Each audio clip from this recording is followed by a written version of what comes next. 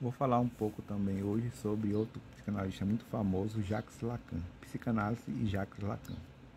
Jacques Lacan, resumo de vida e de sua psicanálise. Jacques Lacan nasceu em 1901 e morreu em 1981.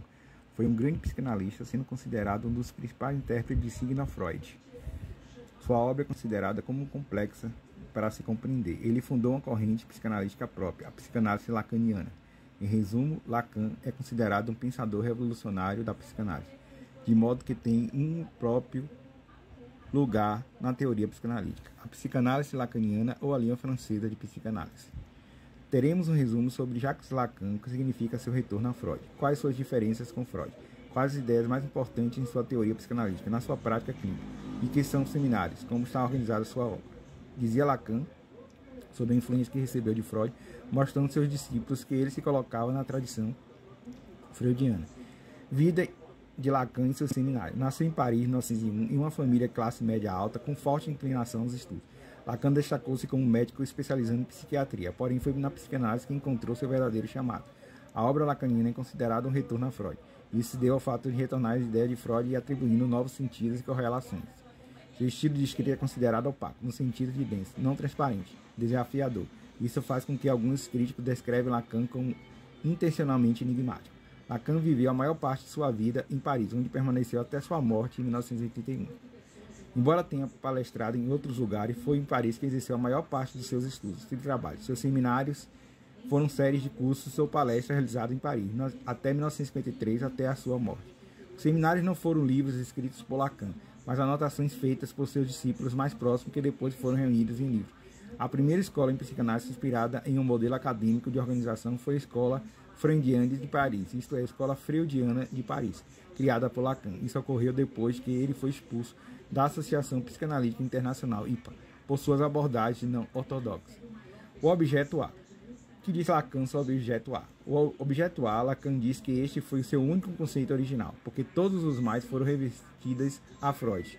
O objeto A, com a letra minúscula, é a representação da essência do desejo humano, a parte mais inexplicável desse desejo. É como se a psique humana desejasse desejar, sem que ter seu objeto claro. Por toda vez que consegue algo, vai desejar outra coisa. Pode ser indefinido o objeto do desejo. Lacan chamou assim de objeto A. O grande outro é uma pessoa ou instituição que exerce um papel definidor da conduta e do desejo de uma pessoa. Por exemplo, pense num amigo ou familiar ou professor que influenciou muito você e seus gostos, sua conduta, suas escolhas profissionais, seu ideal do eu. Ou então uma instituição, como religião ou ideologia. Qualquer dessas coisas poderão agir para você com um grande outro.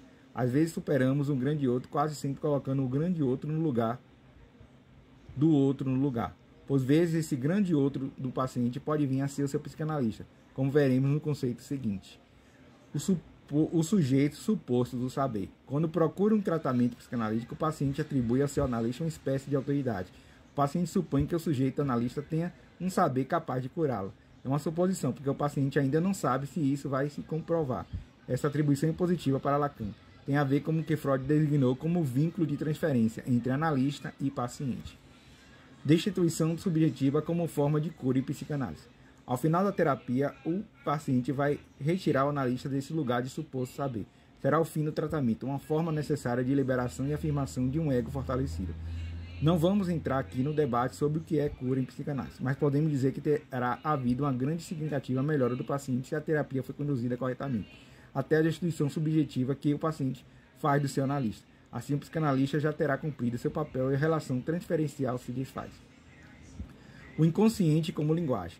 Redefiniu o inconsciente como um depósito de desejo reprimido, mas estruturado como uma linguagem. Significa que uma parte do inconsciente se relaciona com a outra na criação do sentido, menos sendo uma parte da mente de difícil acesso e mesmo não tendo uma linguagem racional, o inconsciente é estruturado como uma linguagem. Real, imaginário e simbólico. Essa divisão tripartite tão importante na história da psicanálise, que é considerada a terceira tópica da psicanálise, depois da primeira e a segunda tópica de Freud. Nessa construção, Lacan depura a vida mental do sujeito como relacionada à linguagem. Haveria uma parte de uma percepção mais direta e orgânica, o real relacionado com o id freudiano, outra mais para a ideia do que ego faz de si e das coisas imaginárias, e outra que representa a junção de funções conflituosas nos múltiplos sentidos do intercurso ou interdiscurso. o simbólico. O estádio do espelho. O estádio aqui no sentido que damos à palavra estádio ou frase seria um momento da vida da criança em que ela se identifica pela imagem projetada no espelho. Isso permite um passo essencial na constituição do sujeito. Pode diferenciá-la entre o eu e o mundo.